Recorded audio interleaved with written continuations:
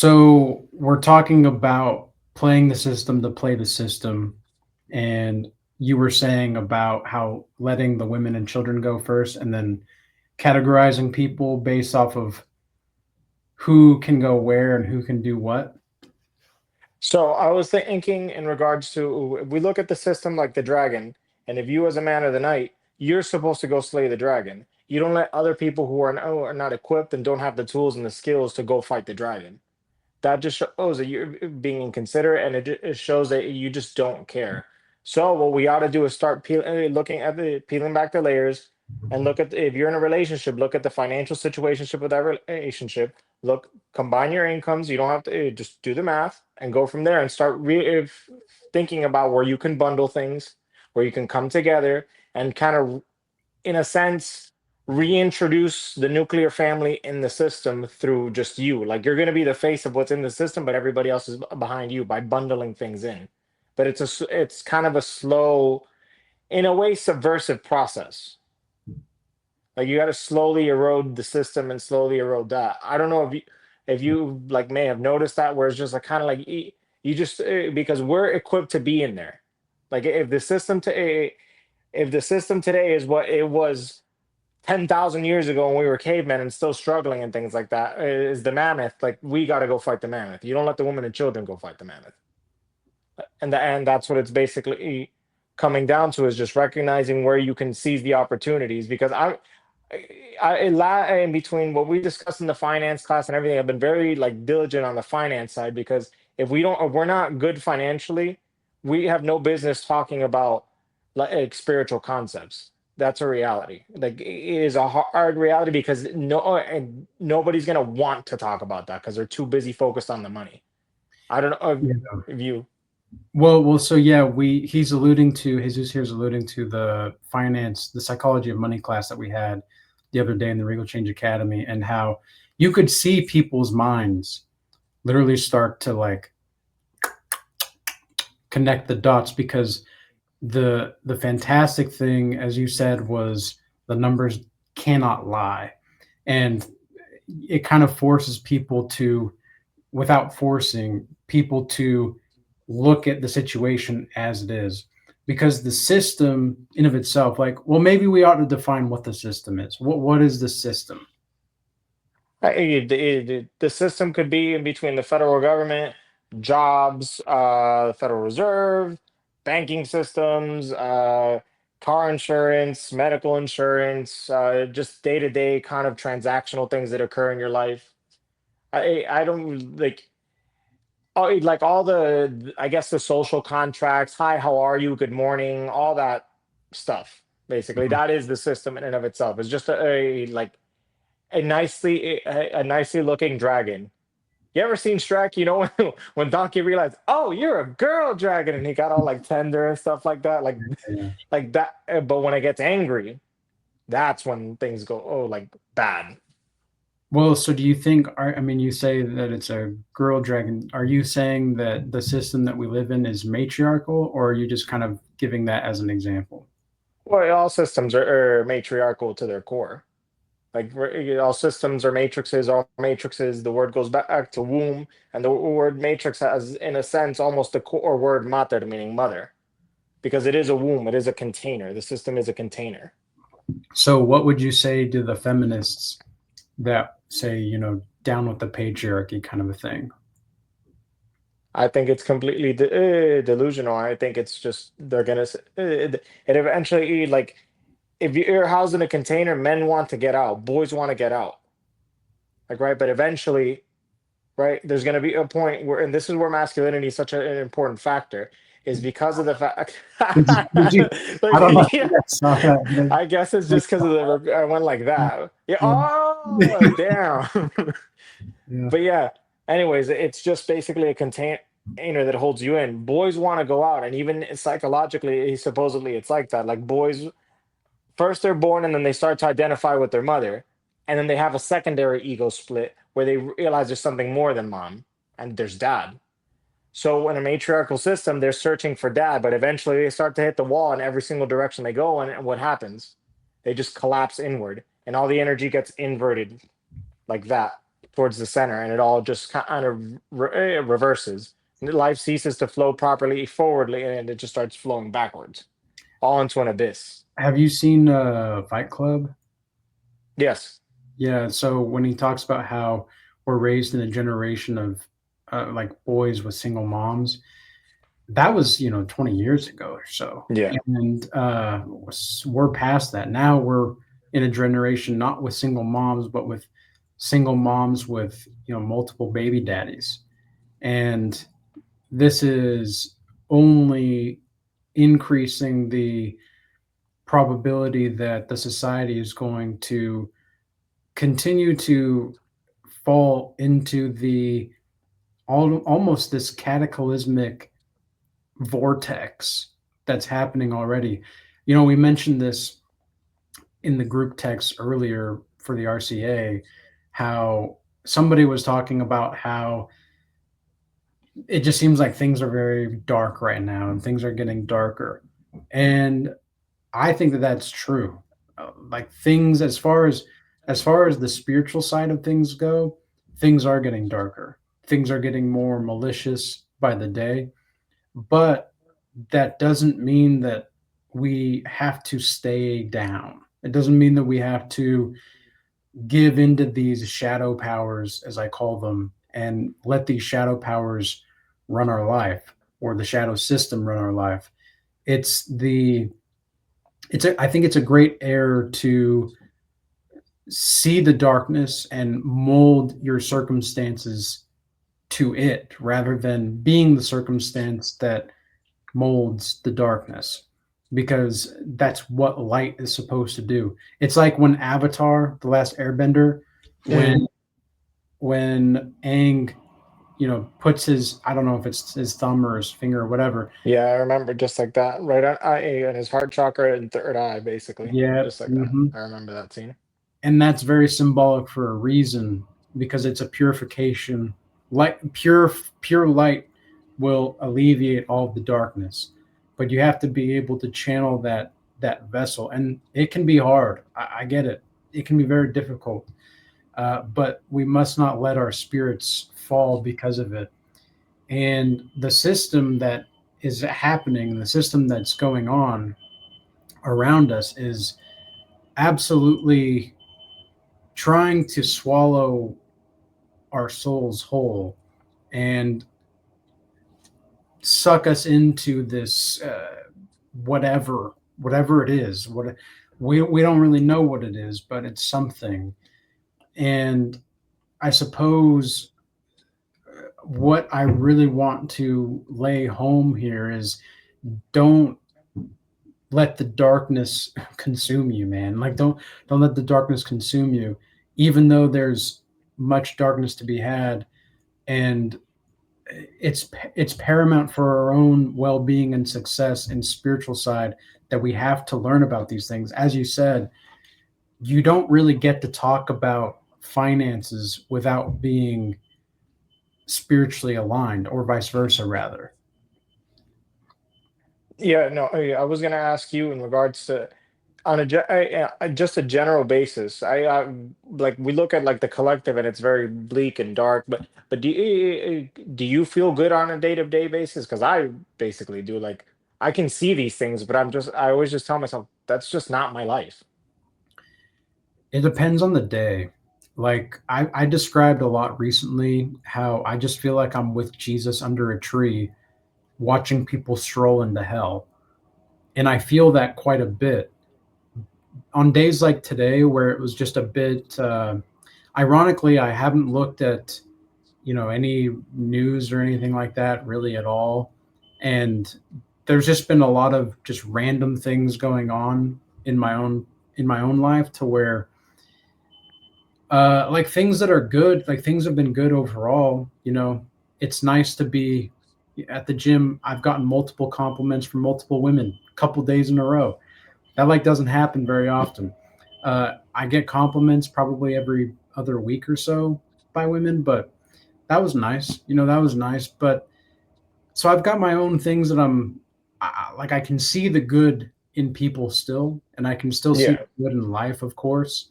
I'm still very grateful for what I have, because when I look at my life, I look at it and I think to myself, a lot of this is what I would have wished for just 5 years ago. So, like, to have a healthy dynamic and to have healthy relationships with people that are actually aligned with me, that was unthinkable, 5 to 10 years ago. And so just remembering that, and having a sense of community and a sense of stableness and competence and dexterousness and just the overall will to succeed, that's the kind of stuff I focus on. But there are days where I'm feeling like I'm giving 110% and I'm just like barely moving. I'm barely making a dent. And that's going to happen though. When you're on the war path, that's what happens. So, it's not really a straightforward yes or no answer for me, because there's a lot of nuance behind it. Of course, I'm still in high spirits, but there are days where it's like when you are giving 110% and you just feel like there's not a lot being moved forward, that's a rough situation. And it's hard to stay like inspired at that point, but Yeah. you have to love that. I don't Well, so you said that you feel kind of normal, like Yeah, on I a. was it. Yeah, just regular. Even for so I wait for people who are listening. Like when you say inspired, it's best to think of in spirit. It's hard to stay in the spirit if you're constantly surrounded by darkness. But I go back to the scene you mentioned in Avatar because I forget the the pure mind can walk through all the lies and illusions without getting lost. So the pure heart can tough the poison of hate. Since beginningless times, darkness thrives in the void, but always yields to purifying light. That's roughly what the lion turtle always said. So that's what we're supposed to be, is that purifying light. And we also have to look at it where people are at. I just look at people like everybody's just doing their thing. Nobody's being malicious. It's just they really don't know any better. Well, I think there are some people that are actually being malicious, but I would say for the majority of the population, yeah, Yeah, they just they're just doing they're nothing. just doing them. They're just doing like they really are just like imagine just like looking at it. I don't even know like a deer eating on the field. Mhm. Like just that, like that's what they're doing. They're not really going out there, not being quote unquote vicious predators or not. Everybody's just kind of doing their own thing, and that's why I just like that's just not my life. Like I just don't identify. I can see the darkness, I can do all that, but because I can see it, I'm gonna try and keep it as far away from me as possible. I don't need to go and wrestle and fight it because the thing is that when you deal with shit people, you're gonna end up getting dirty, right? You lie down with dogs, you're gonna get fleas, and it doesn't matter how good you think you are. And I used to be like complete. I used to have a completely different thought process on that. I'd be like, no, I'm gonna get as down and dirty as possible, and then recognize that that's just not the way to live. Like, just keep them over there. Why do you want to deal with flea-ridden dogs? Why? Like, no, Well, it's because they're really looking for meaning.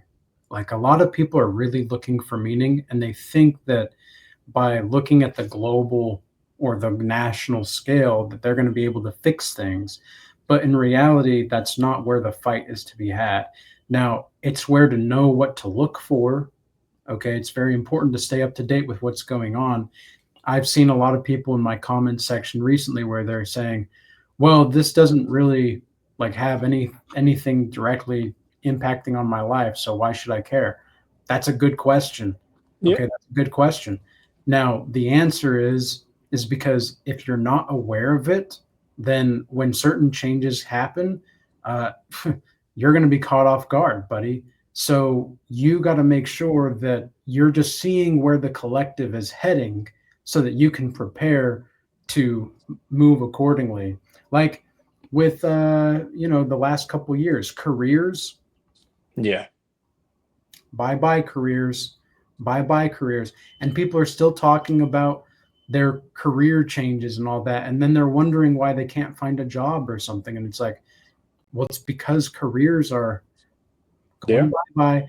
And guess what? Even Trump today or yesterday or whatever, like I happened to see, I wasn't intentionally looking at the news, but I'd seen like somebody pop up on my X account said that Trump today talked about how an AI verification system is going to be implemented, and he hopes that the UN, comes together with him. Does a global AI verification system sound like a good idea? Okay, we have to we, we have to be aware of these things, and we have to realize what they're actually trying to push.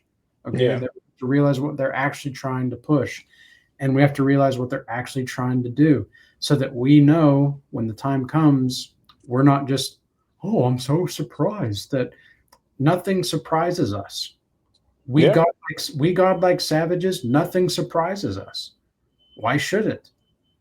Why should anything surprise us? Sure, there might be things that are shocking, but surprised? It's just those are the same type of people that turn around and say like, "Oh my God, I just can't believe that that would happen."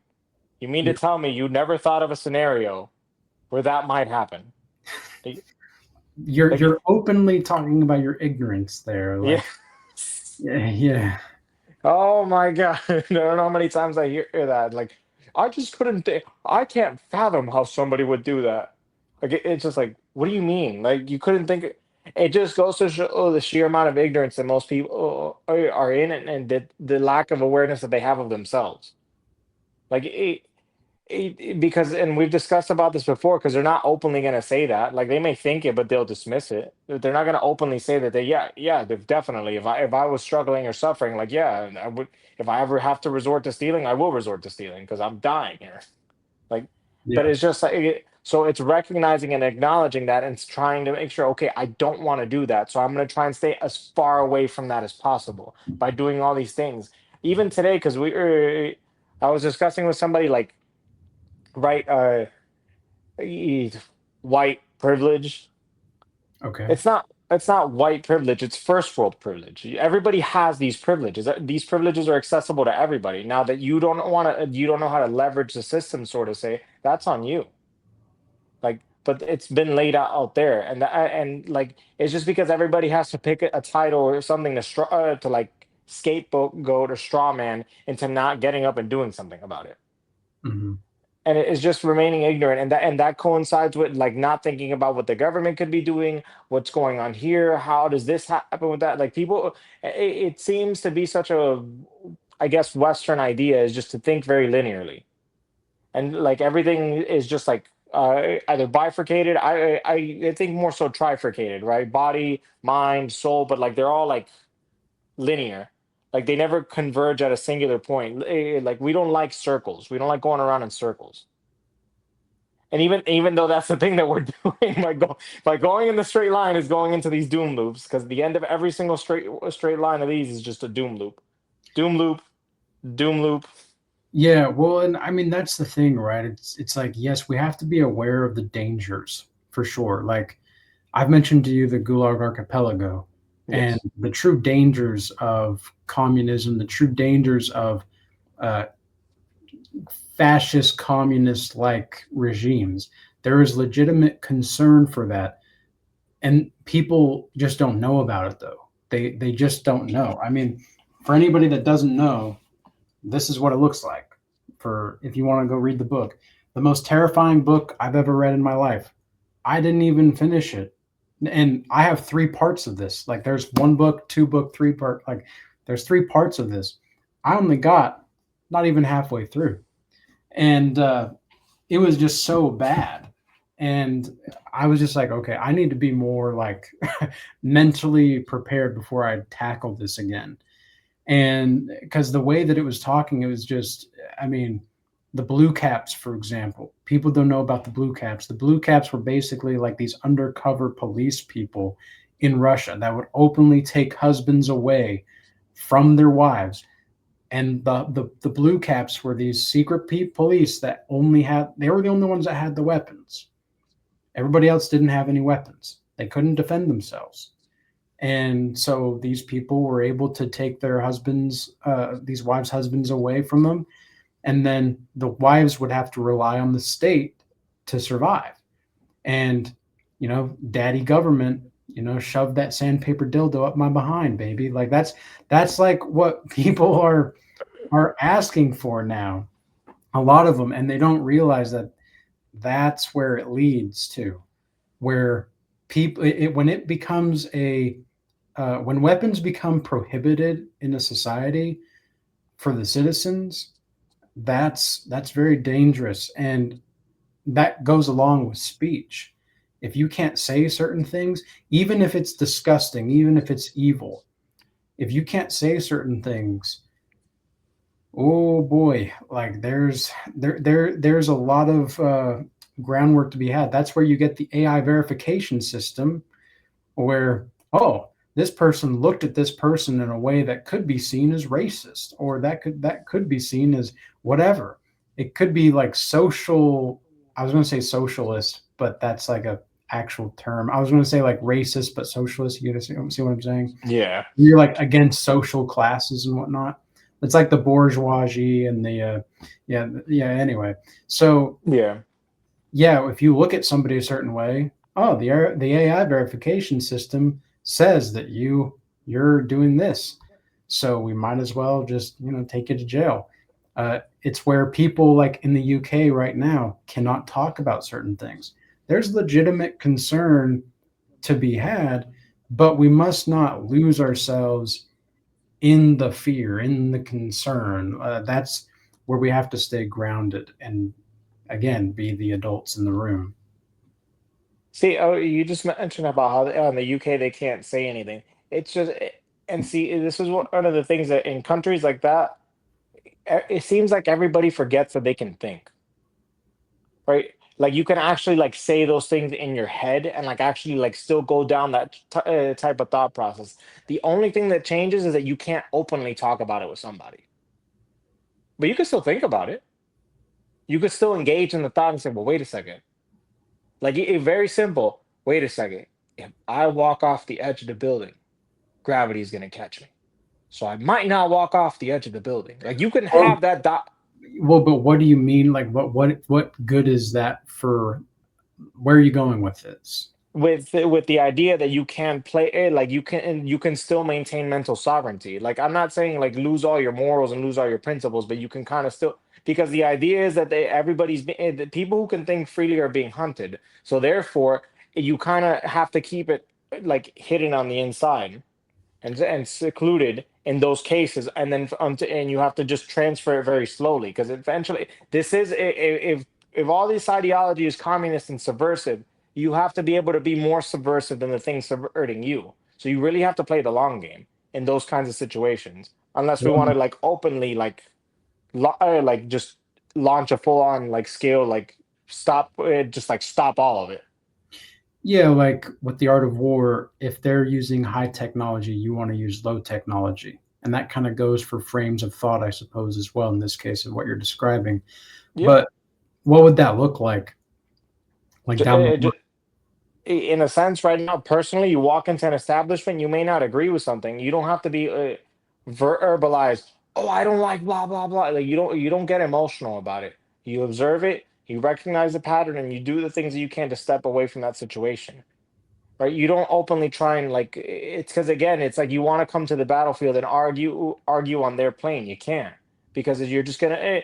At the end of the day, for example, in a country like the UK, you're not going to win. The entire system is literally wired to go against you, and it's difficult. And I say, hey, when we look at it on a large scale in a socialist communist system and a dictatorship like that, I understand that the system is completely against you. However, in America, the system is very pro you if you understand how it works.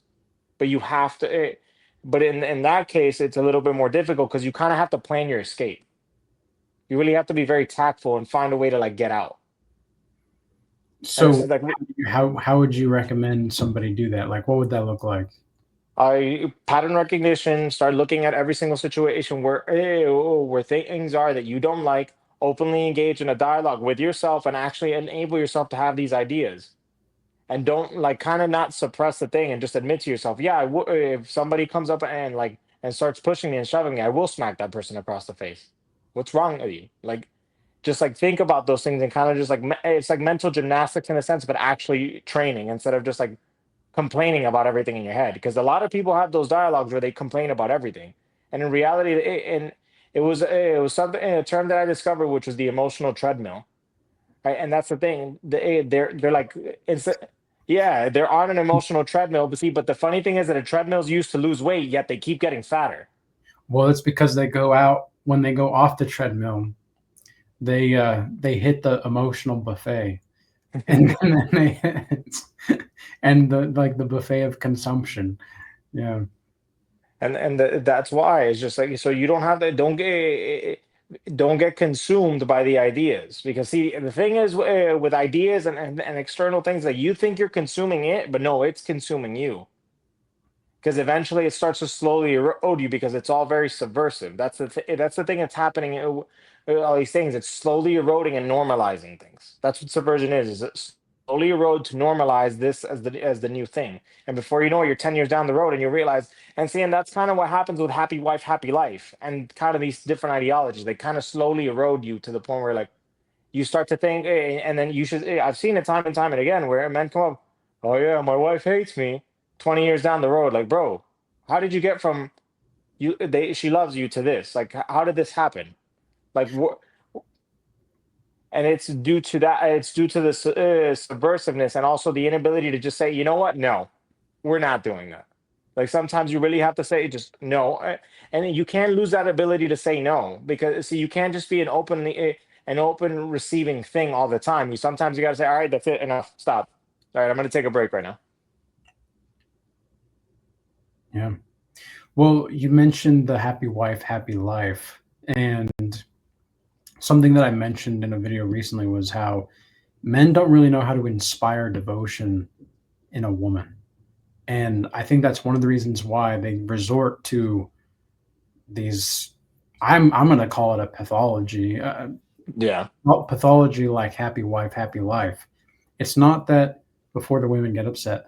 It's not that we don't want to see our wives happy or our women happy. It's that we don't bow down to you. It's just not the case. Yeah. And I mentioned also, which I got some messages about, was how I do not bend the knee to anybody but Jesus Christ. And in the past, I've mentioned this, like a year ago, and I've talked to people about it in my one-on-one sessions. But the thing that I find most disturbing is just how many men are bending the knee to whores. They're really they're sluts, dude. And I'm not trying to be like mean about it. It's just it is Yeah. what that they are that. And you're bending the knee to this woman that is just given away everything to her, like to other people. She's given away her soul, fragments of her soul, to all of these different men, and you're gonna bend the knee like to that. Think about what that does spiritually. I think that's Yeah. one of the reasons why you could, like, okay, why do you bend the knee when you ask a woman to marry you? Do you know why? No, I don't know the history. I don't know. So as far as the history goes, that I have done, and it's been about a year since I did research. I just knew I did the research, and I was like, yeah, no, I'm not doing that. And it was basically just part of the courting process in which you show respect to the woman in her form of purity. Now, I'm sure, which is which is like, hello, this is one of the reasons why you don't bend the knee. Like, you're bending, because what they're doing actually is bending the knee to that eternal image of femininity Yes. in that moment. Uh, but the thing is that they're not inspiring the devotion from that woman through her eternal image. they're not doing that. And that's part of the system, right? That's part of the whole shebang. But yeah, the happy wife, happy life. I cannot tell you how many men I've heard that from who are like businessmen, dude. Like they're really solid businessmen. And yet when it comes to their relationships, their wives are the same kind of women that are looking at me like I'm a piece of meat at the gym. And it's just uh, like I'm not saying this with glee by any means. Yeah, Just that, it's just the reality. yeah, it's just the reality. And I don't know, like these men get kind of caught up in the appearance and not seeing the image of what femininity can be. And yeah, the happy wife, happy life stuff. Have you ever noticed with all these like older phrases, like what's another older phrase other than happy wife, happy life? It's like uh Kill 'em with kindness. go along to get along. Yeah, kill them with Yeah. kindness. Go along to get along. It's all these like passive, oh well, if it just does this, like for them, that's not actual serving. It's not actual serving to the people. Uh, but anyway, I wanted to comment on your happy wife, happy life because I think that's important.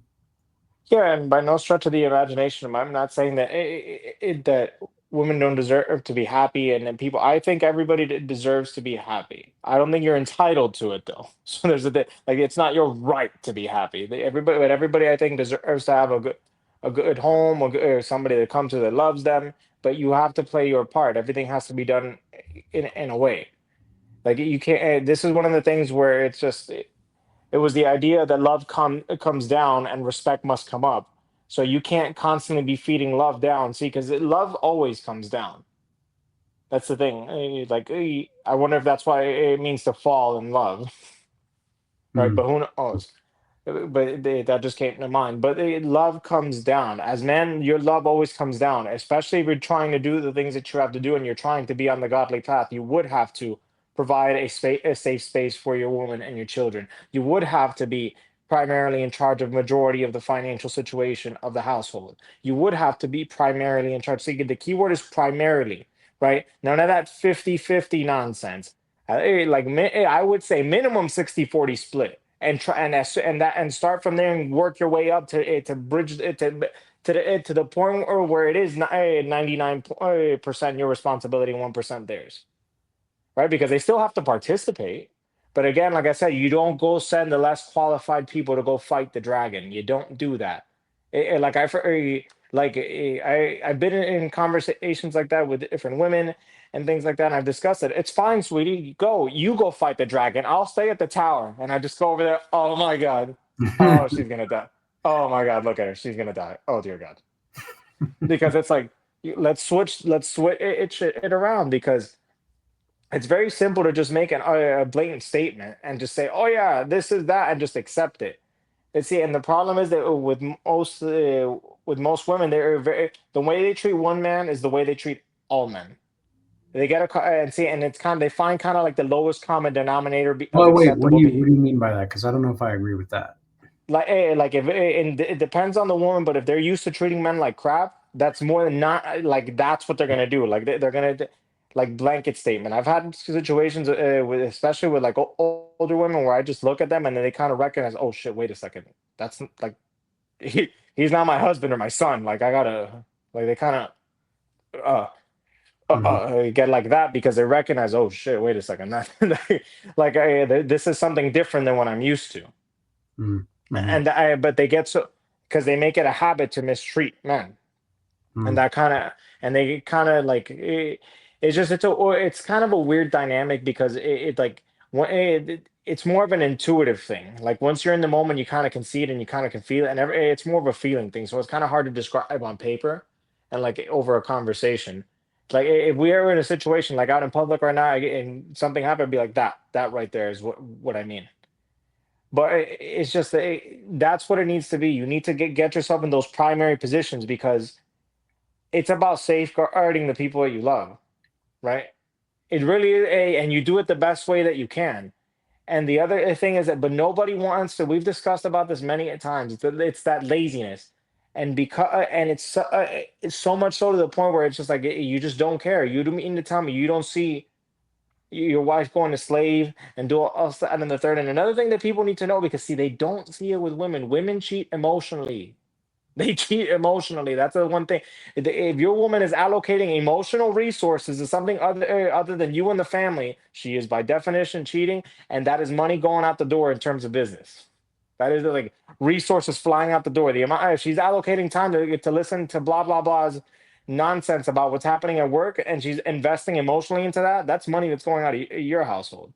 That's where Yeah. you got to kind of come in and step in and like and tell and like kind of correct and rectify and just say, well, wait, why are you so hell bent on identifying with your friend who's going through this traumatic situation? Why do you want to be your friend? And that's Mm. kind of it's just a common thing where they kind of show in that sisterhood kind of thing, like because women have like this unspoken sisterhood. They can call each other every name in the book, but as soon as a man says it, oh, oh, Mhm. everybody they get all offended. But they can Even call each though other they every know single. it's true. Yeah. See, Yeah. because you only get offended by when somebody says something about you. You only get offended about it when you know that person has authority over you. Mhm. And Mhm. I recognized that the other day because there's a certain specific because I don't want to say the term a certain specific set of men that have their preference on the same team Oh, that geez. yeah, We can. I but think we it, can say that. Well, yeah. supposedly YouTube is going to retract all of the people that were suspended. Oh, So okay. maybe we'll see. Maybe we'll see something. So this is a test. We'll We'll test it see. out. Right. So so they don't get offended when effeminate men or gay guys say this stuff, Mhm. right? Because see, this is the thing. They get to kind of stomp on men's balls, but not really. Like they kind of get the satisfaction of doing that. Yeah. Because see, the reality is that effeminate men and gay men worship and idolize women. Like because they want to be them so bad, but they can't. Obviously, physically, it's impossible, and in other ways, it's impossible. Yeah. It's a weird sense of envy. Yeah, Hmm. Well, something you were mentioning was with the money going out the door.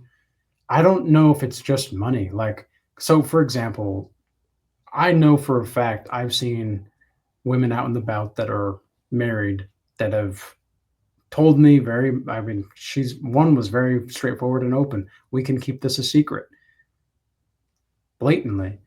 That, and she's wearing stuff that I would never be with a woman that wore the kind of things that she does out and about. And even a woman just displaying her body, that is a form of money going out the door for you as a man. And it's not just money though. It's like you're spiritually being sucked dry in a way. yeah.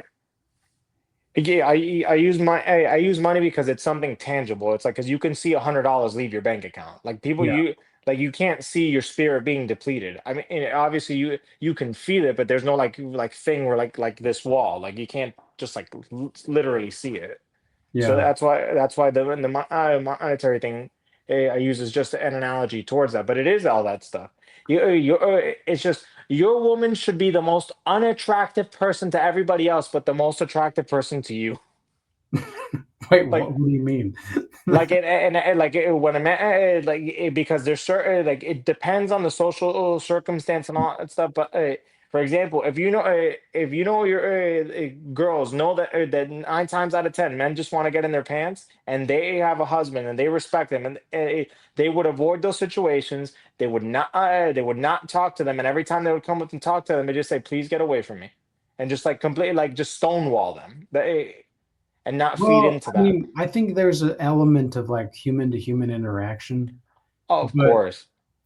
like, yeah, if the man is just trying to weasel his way in there, if she's a good woman, she's going to spot that, but and she'll probably be polite and just just thanks but no thanks kind of a thing. And then if he persists, that's when she'll be rude. Uh, but because I've literally seen people that are married that seem to be like in good standings within their relationship, and the guy just he tries to pursue the woman, and she just thanks, I'm flattered, but I'm actually married, and that kind of stuff. I think that's okay. I think that's a much more healthy way to go about it Yeah. sometimes. But I would want my woman to be like, just stay away. Just stay away, woman. Just See, stay, and that man, and rather, and or that's what woman, because sorry, that I don't happens. But anyway, know. what? But that's what I'm mentioning, and being in it just I'm not saying completely like unattractive because that's impossible, right? It's just, but it's making sure that you don't put yourself off the woman doesn't put herself in positions to where she could appear more provocative or Yep. more things like that, or elicit these responses from people. Hmm. See, because that's another thing too. And ever since I heard it, I don't know if it's true or not, but it's made so much sense with Freud's idea of the id. So it was a mistranslation supposedly, and the real word was it. So it gets kind of triggered by things, right? That all of a sudden you see a woman you find attractive, it gets triggered. Like it's kind of like the impulse itself, the sex impulse itself gets triggered. So in recognizing, so we must, especially for somebody who's in a committed relationship and all and things like that, you would want to minimize that response from everybody as much as possible. Not Yeah. try and put yourself in a position to where you're going to elicit the most amount of because you just want attention. Hmm. And Well, it goes to show just how immature, and I don't mean like, oh, they're immature. No, I just mean they're immature. yeah, These women are, because they are still seeking that fatherly, you know, that father archetype. They're seeking that leader, and yet the thing is that women are just not able to handle trauma, usually more often than men. It's not that women can't be healed or anything like that, of course not. That's not what I'm saying. But the process is far more delicate. And this comes from a man who has worked with women all around the world. I work primarily with men, but I've worked with about maybe 30 to 40 women around the world at this point, in one on ones. And out of those 30 to 40 women, like, I would say 5 to 10 of them just end up showing that they are incapable of self-reflection. They want to, though. Like, they really want to, but they're not capable because the trauma that they experienced was just so bad. It was just so bad. And I feel for these women. I have compassion for these women. And the only thing, like, Jesus himself is going to have to intervene. That's literally the only way, mm, because I'm not God, and yeah. I can show you that door to Christ all that I want, or I can show you the door to how to heal. Uh, but if you can't, if you don't even have the tools, like you were talking about earlier, they don't have the tools to open that door. Even like they don't even. How do I open the door? Well, you turn the handle. Well, what's the handle? It's the knob thing, or that it's that thing right there. I I don't really know. I've never seen that before, and they start to make excuses and start to self sabotage. It's just the way that things work. It's because it's more so because women seek homeostasis more so, I think, than men. I would say so. Yeah, yeah, There's a point where this is why you mentioned being delicate with the process. Like for example, for a guy, hey, how is it in war charge? Like yeah, it yeah. is a beeline all the way to like right. But for them, it's more so like that. It has to be more methodical and more. And sometimes you see, but the problem is that most men get lost in that. And I think that's what happens is that they don't understand that.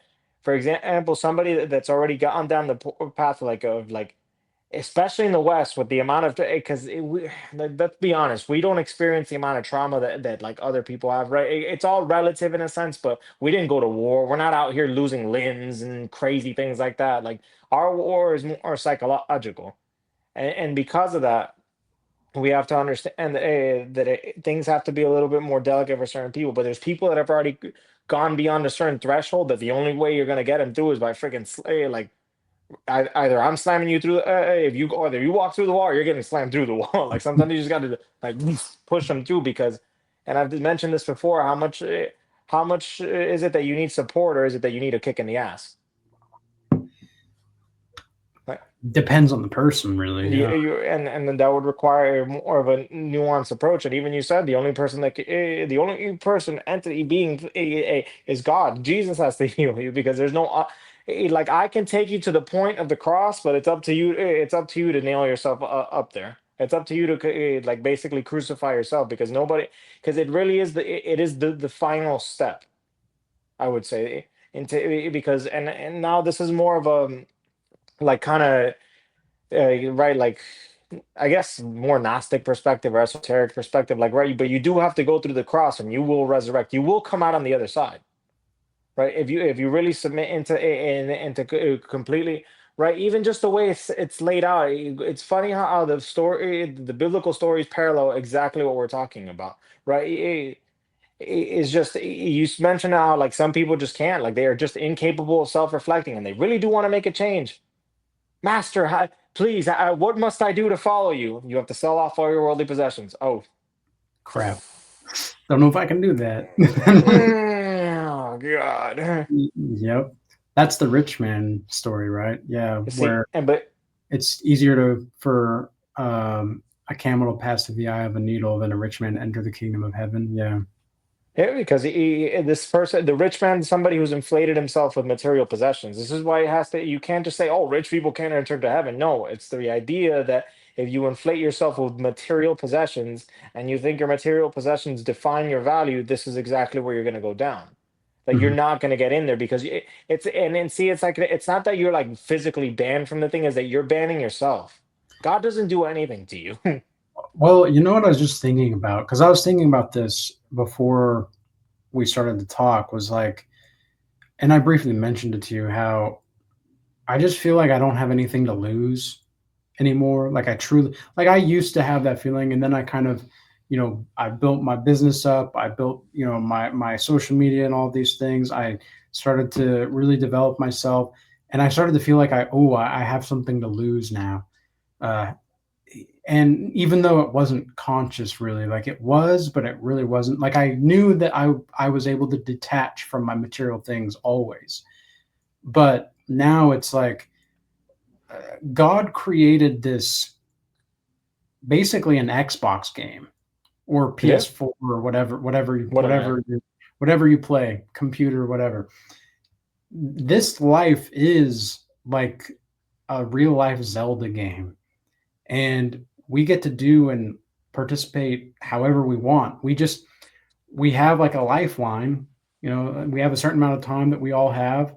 We have certain Yeah. abilities and skills and talents that we're kind of just born into this character with, and that doesn't make you less human or anything, but that's it. And a lot of people don't want to play that game. They rather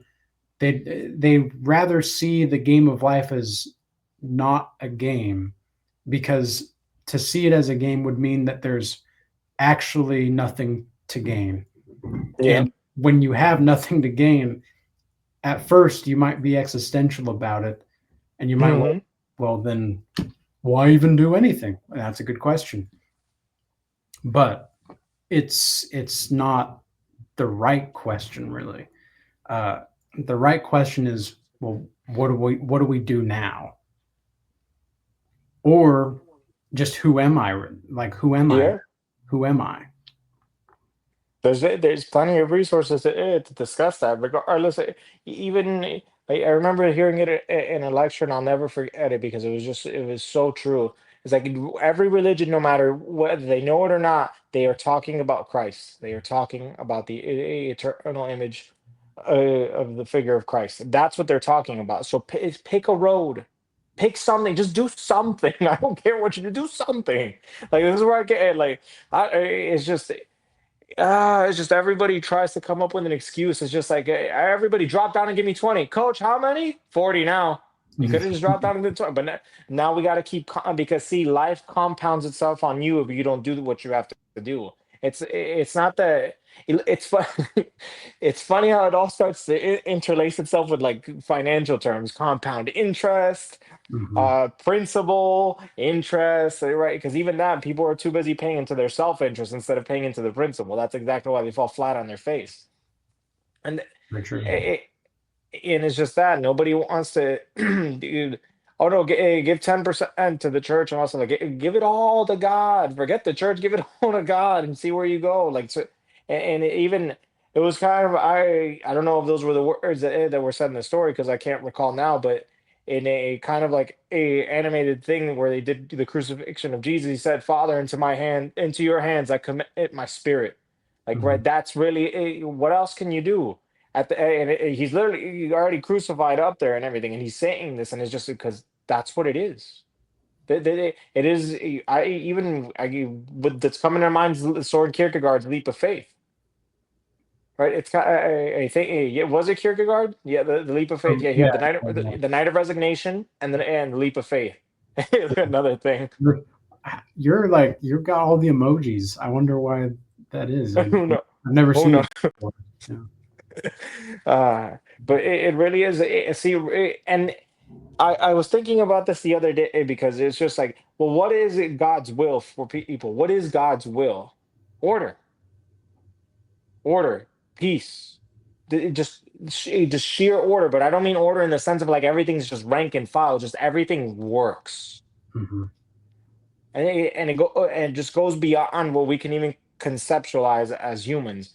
But what is the will of man? The will of man is decisiveness. So decide to follow order. You get to decide. You get to pick your path. Well, I also think the will of God is you're moving toward a place where there is a maximum positivity through positive emotions, and you're consistently moving away from the negative emotions and minimizing those simultaneously with the maximizing of the positive. Because if you can maximize the positive through that will, because what is creation? I mean, in order to create, you kind of need some kind of sense, even sorrow or sadness. You need to know what the joy feels like to some degree in order to have those roots. Well, or do you, I suppose? Because hmm, because like in alchemy, right? Hmm. If you if you like purposely like wreck your life, right? If you Hmm. if you purposely wreck your life, you know, and if you know how alchemy works, then you know that you just got rid of everything that you don't need, and maybe you got rid of some things that you wanted, but now you're going to be in the position to where you can. I don't like using the term manifest because people Yeah. very much misuse it, but you can manifest whatever it is you want from there. Yeah. Incarnate. How about that? Yeah, that's a better term, I would say. Incarnate, or right? Because not you've translated it out into the material plane, so it is the incarnation of the idea. Literally, in means obviously inside. Carne in Spanish, meat, flesh, Mhm. bone. Right. Well, I just thought about Avatar: The Last Airbender again, where Aang is fixing his chakras with the guru, and then at one point he sees all of his like air tribe before him when he's going through the heart chakra, and he sees the grief that he has with those with the tribe and with those people, and the guru says that all that love never really left you. It's just reborn in new love. And then you see Katara and the waterbender, for those who Yeah. don't know. Um, then you see Katara, and she's that reborn, like that's the reincarnate of the love. And I think that's, do you think incarnate or do you think reincarnate would be more appropriate? E- I would say because I'm gonna say because in the word resources in there, it's just like when we use our resources, we're reusing what we already have. Like, Mm-hmm. and that has a source, obviously, like, right, because we're kind of repurposing, in a sense, God's creation, for lack of a better term, right? Like we repurpose like the material plane, like we repurpose the atoms, we reconstruct things, like we do that. Like if the idea is to co-create with God, most people go out and do, right, for lack of a better term, black magic with it, but Mm-hmm. but that's that's what it is. And even that, like now that you mentioned the chakras too, it would be very beneficial to people to actually look at those chakras, see what blocks them, see what opens them, and kind of relate to them like they were people, right? Because there's seven aspects of yourself that you need to like relate with, right? Because there's parts of you like, and even there, and I just love the fact, I love the fact that you brought up that one, because it's the fourth chakra, the four, and it's right in the heart, and it's the same thing. Even the cross has 4 points. Mm-hmm. Once you pass through there, once you accept the grief and accept and all that stuff like that, that right there is what kind of flips you over. Well, and in Isaiah, the book of Isaiah, it says that the Son of Man is going to be well acquainted with grief. And you kind of have to be on this path. I mean, that's, to be quite frank, like going into this, this whole day has been just kind of, it's been a long day, right? Just a lot of things to work through, a lot of things to complete, and just staying positive throughout that. It's just it's that being acquainted with grief that allows you to see that. It's, if you're acquainted with grief, you can go through the long days, you can go through the hard days, and you can still find the will to, well, Father, I commend my spirit. Into your hands Yeah, I commit my spirit. It's just yeah. it's just an utter, even like it was a cartoon, but it was just so profound, because it's like that's what it is. So there's a point where it comes to where there's just nothing you can do, and you just have to like kind of like, right, just throw yourself into the water and just submerge in it. Mhm. Even that, like, that has its own symbolism in and of itself, because it's like water is supposed to be the universe, it's supposed to be the truth of God, like, right, because it washes away all the impurities, like, right, Mhm. that's what the great, I guess, from a Gnostic esoteric perspective, that's what the baptism is when you genuinely submit yourself and submerge yourself into it, Mhm. because like we're actively seeking him out. There's a thing, because he's always coming down. It's the thing. It's just like God is always coming down. Love is always sustaining you. Like even think about what keeps your body together. What keeps the roof from collapsing onto you? What keeps you like attached to the earth? What keeps the planet in its structure? Like what keeps everything tied together? That is love. And see, and this is where it kind of trickles down into a relationship component too, where men provide the space.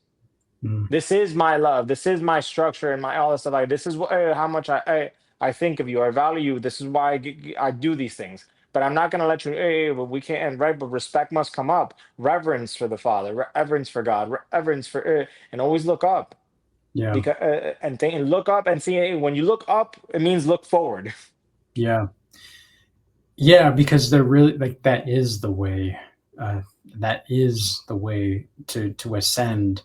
And with the chakras as well, they can be considered as gates too. Like they can be considered as portals. Depends on your perception of it. I call it a PIM, a portrayal in mind. In my book, I call it a PIM. And with the PIM, it's more like how you perceive things and how you portray things in your mind is going to be giving them, well, strength or weakness over you. Like the Bible says that uh, life and death are in the power of the tongue. So you got to be very careful with what you're speaking into existence. Now, it doesn't mean you need to lie yourself or gaslight yourself into positivity. If you're not in a good state, uh, lying to yourself, it's not a good thing. Because you might be like, for example, if you're around a narcissist and you're lying to yourself about being around a narcissist, it's like, oh, I'm just so great. And meanwhile, your soul's being sucked away by the soul sucking vacuum that is the narcissist. Then yeah, you're not going to go very well. Like, it's not going to go very well for you. I know because I've experienced that. uh, I've experienced that, where being around the narcissist and I was trying to make everything work, literally gaslighting myself, and to be like, no, no, no, no, he really means, he really does, want the best for me. He's my best friend. No, no, no, no, no, no, no, no, no. If you feel like something is wrong, don't lie to yourself. Listen to that. Yeah, no, it's just people, or like people need to start taking a more not say emotionless approach to certain things. Like especially when it comes to personal relationships, sometimes you really do need to take inventory and kind of just do the math and factor things out, and just say to yourself, if that person wasn't my friend, my family member, would I would I tolerate that kind of behavior from them? Like if this was some random stranger, would I let them just take my money or use me the way they do? No. So then, well, why do you let them? See, emotions are a beautiful thing, right? But in the wrong way, you can get manipulated by them. See, emotions is what they used to feed people into consumerism, into feeding into these different algorithms and these different systems and these different things, and it's just and the problem, you want to know why, like, because I just thought about it too, why, for example, those like crazy ideologies like fascism and communism don't actually work, is because they really do deny what it means to be human. Yeah. Like it's just it's complete. It's kind of like the only way they would work is if the politicians were like Plato's philosopher king, that they had no desire for any material possessions at all. But that's not, yeah, it's just simply not true. It's like China. The only reason China's doing so well right now, because you'll look at China and you look at the economics and such, they're going through the roof. But at what expense? Well, they're literally eating everything they come into contact with. Yeah. Like fascism and communism, these are, and socialism, really, they all have to feed. Like, think about a monster, right? Think about a monster. If you know what the monster is eating and needs to eat, then if you just know how to stop feeding it whatever it is it wants to eat, well, then you know how to defeat the monster. But the thing is that, you know monsters like godlike savages, let's say. I was thinking about like a righteous term, like what would it be, a righteous monster? Because sometimes you have to be a monster, like Yeah. to fight the dragon, right? And to be like a righteous monster, the godlike savage, he has to eat evil. He Yeah. has he has to eat and hate evil, just as the Lord does and says in the Bible, in the book of Proverbs. It talks about that. So you have to, like the godlike savage is there to eat evil, but he doesn't need a lot of it. He doesn't need, because he gets his true source of strength not from the evil, not from No. eating evil. It's from giving the glory of beating the evil to God. And that's where communism and consumerism too, but Yeah. Every ism. yeah, the ism. Yeah, all of those isms, all they're doing is eating, eating, and eating, and then they all get on that emotional treadmill that you talk about, Yeah. and then you see their consumerist belly jiggles, that's their running, uh, and then they go to the buffet afterward. Doesn't Yeah. make sense. Yeah. It's just, and that's this is where people have to keep in mind too with words, because I like wordsmithing because it's fun to me. Like I get so excited when I realize like, oh my God, that word means that, because it's so simple. Like I didn't have to pay for anything. I didn't have to like go out of my way for anything. I used my brain and I started looking at things like, oh, that makes sense. So every ism is a behavior, a system of behavior. the the ist is the practitioner of said behavior, right? Mhm. In fascism, the fascist, right? So, Mm. but see, and this is the thing where people don't want on also too. The individual is responsible for how they use the system. It's not the other way around. And there's times where it could be the other way around. Like I said, where the system's completely wired against the individual, then that's right. Like I can concede you like the victory there as far as like being right in that context. But we don't live in that system. That's why I look at some people like that's just not the life I live in. I say Mhm. all the time, like I'm an American. I'm gonna go use my credit card. Like that's just the life we live. If I lived in a third world country, then obviously I would adapt to what it's like in a third world country because that's what it means to be a godlike savage is adaptability. It means to adapt. It doesn't mean to say it's not about hypocrisy. This is one of the other things too. There's a difference between adapting and hypocrisy, Mhm. and that's why most people stay broke or broken and fragmented in every single possible way in their lives because they don't want to be seen as hypocrites. They want to maintain a certain idea or a certain title instead of just adapting. Or, well, not even or, and not only that, it's that they're almost some people are embarrassed by their own situation and life choices. And I completely understand that. But it's like the more that you own it, the more that you just own whatever it is that you're going through, I mean, the more help that you're going to be willing to receive, the more that you're going to find. That's because if you really genuinely want help, if you really genuinely need information, or you're just curious about things, Jesus says, "Knock on the door shall be open."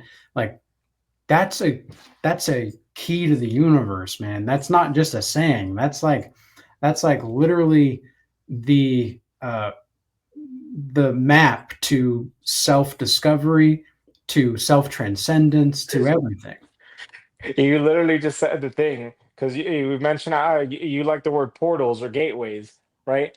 The thing you always hold in your hand is a portal or gateway to a different world. And what do you do every time? You unlock the phone. Yeah, wow. Yeah, I didn't think about that. Yeah. That's what I mean by just like finding little things with words because it's like it's all laid out in front of you. You just have to really think about it. And you mentioned because I really did want to touch on that how the godlike savage has to eat the evil. Yes, because you are a furnace. If you are a temple of the Holy Spirit, you are fire. You are a refiner, Mhm.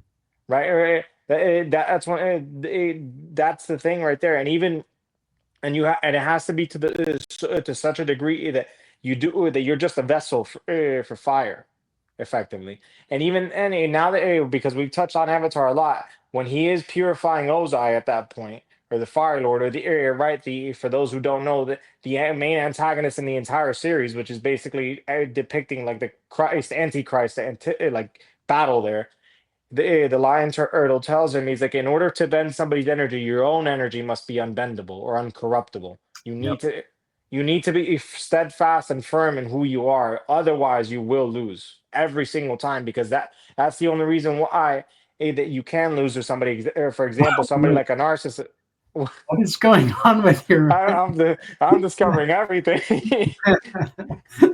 No, but yeah, it's just like, and it's not even because I just there's something there when you said it, and I just had it too. If the idea of just it's because you purify the evil because evil doesn't really exist. It's just inverted goodness. Yeah, isn't there a C.S. Lewis quote that says absolute evil doesn't exist, but absolute evil does? Or excuse N- me, absolute evil doesn't exist, absolute good does. Yeah. Yes, I think I would be very in line with C.S. Lewis. Even same thing. There's no such thing as evil. It's just something. The only thing way that something. I think it's C.S. Lewis too that mentioned that too. The only way something can be evil is that if it doesn't live up to its purpose. Mm-hmm. Like and that's one of the things that like right like if a car doesn't drive, well, it's kind of evil. Like right, you may not agree with how it looks like on the outside, but so long as it drives. And now it's actually been a conversation I had a couple times with my dad because he's just like, oh, that thing's stupid. Was it stupid because you don't like it, or because it actually is genuinely stupid? Like it can't, like it doesn't function as it's intended. If it Mm-hmm. functions as it's intended, well, then it can't be evil, it can't be stupid, it can't be dumb. Like you can't like launch ad hominem attacks onto the object if it Mm-hmm. does the things that it actually does. Because see, what you're saying now is that you're evil, you're stupid, you're dumb, and Mm-hmm. right? And it's just so many things there. Well, I mean, you could get into, well, I have a very interesting question then, like with people then, when like Hmm. if I say, oh, people are so stupid, and well, what exactly is the function of a human? Well, Aristotle would say that the function of a human, well, okay, I don't know, do you know this? No, I haven't heard this quote, this stuff from Okay. Aristotle. Well, so in Nicomachean Ethics, Aristotle Hmm. talks about like the function of people and what their function is, and in order to determine the function, you have to know like why it exists, right? And he doesn't really I mean he has a very precise description on the function of a man, but it's basically to do well. You can think about it like that. So to do well. And so if you say, or if I say people are dumb and they're not doing well, you know, in the most precise terms, uh, Yeah. when I say do well, I don't mean have success, like worldly success. Doing well is in, are they living a life that is, well, in accordance to God's will and his law, statutes, and commandments? Because I think that would be the most precise way of describing to do well. And if I see somebody maybe not doing their job, or they're just very carefree in the sense that they're, They're all "Whoa," limp. They're all yeah, limp. or they're just not even caring that, you know, they play, uh, they do like learned helplessness. That's what it is. Yeah. It's like learned helplessness. Like, oh, I didn't know. Okay, do you not know, or are you just trying to get out of something? No, it's more than likely to get out of something, and it's also because and I mentioned this to you before, I think a couple days ago, where it's just like people have seen that love doesn't really like work anymore in like the current climate. When you say Like, right? love, are you talking about romantic love? No, no, just like in general, like caring for something, like actually Mm, genuinely caring. That's what I mean mm, by love. And they've seen that every time they care, they get hurt, so they kind of just like stop caring. mm, See, but mhm. that's not what you're called to do. You're called to keep caring no matter what, Yeah. right? And I'm not saying now don't go get taken advantage of. I'm not saying anything by any of that stretch of the imagination. No, the care has to be reciprocated, Mm, right? And when you enter into a relationship, two people come together, right? When like two become one flesh, then you have right there that thing, that new thing is with the thing that's being fed into. So it's for and that thing that's being fed into. If you start actually putting into what comes out of a marriage, a child. So it's the next person up. So this is what I mean. Also by using your critical thinking and saying, well, what's next? What comes after that? You're feeding into this child. You're feeding into the next generation. You're feeding into all of this stuff. So it's just like that lack of care trickles into everything. The way they do everything, the way they walk, the way they talk, the way there is no fire. Like I get so upset because it's like you just watch people and see, and they do all these performative acts. There is no soul, effectively, because of course there's no soul because it's all like lost because again the word it's trifurcated, right? It's all separated. None of these things intersect, and that's why I think it was in yeah, it was in the Tao Te Ching. The one became the two became the three, and out of the third came the one as the fourth. See, but you never stop being one. You never stop mm, being one with God. You never stop being that thing. So it's kind of like moving back through the layers and understanding that all these things, even though you body, mind, soul, all this stuff, like it's all one thing. mhm, So like it all functions as a unit. This is where even in the financial class we had, I mentioned you have to treat yourself like you're your mother, your father, and you're the child. You have to be three in one mm, mm, because the father has different it has needs, the mother has needs, but also the child has needs too, because the child needs to be curious and grow and expand, but the father must do everything to provide like right, very simple. The father provides the house, the structure, the framing. The mother provides the emotional support and nurturance that the child needs to do to grow up and get up, but that process is being repeated forever. mm, mhm. So there's many ways to look at it like that. So I would say that is living well when you can acknowledge the fact that you have to play, I guess, multiple games for lack of a Like you have to really be that. Like you have to be able to switch characters on a dime and just adapt. There's nothing wrong with adapting. Doing would be that. Like you are an adaptable thing because man is supposed to be cosmopolitan. You're not subjected to one little town. You have to be universal. Well, I think being able to adapt is the masculine imperative to some degree. Women can adapt as well, for sure, but I think it's really essential for men to know how to adapt, because if you don't adapt, you will perish. You will. But yeah, I think, with all that being said, maybe that's a good place to chill out for the night. And I want to thank you for coming on again, Jesus. Of And course. where can people find you? On YouTube at Beyond the Veil, but and then on X for Beyond the Veil 56. Awesome.